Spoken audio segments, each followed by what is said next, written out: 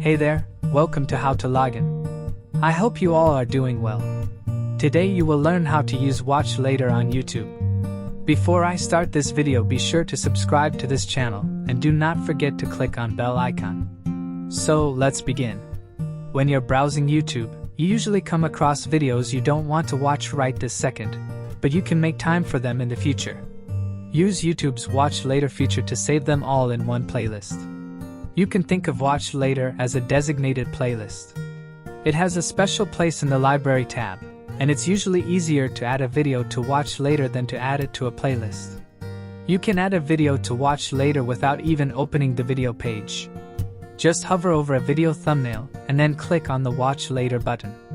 If you want to use Watch Later on YouTube, all you need to do is go to your web browser and type youtube.com in the search bar and hit enter. Now click on the three dots below the video and click there. Now click on Save to Watch Later.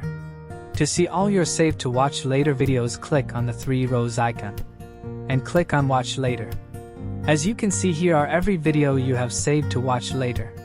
Watch these saved videos whenever you are free. I hope you guys liked this video.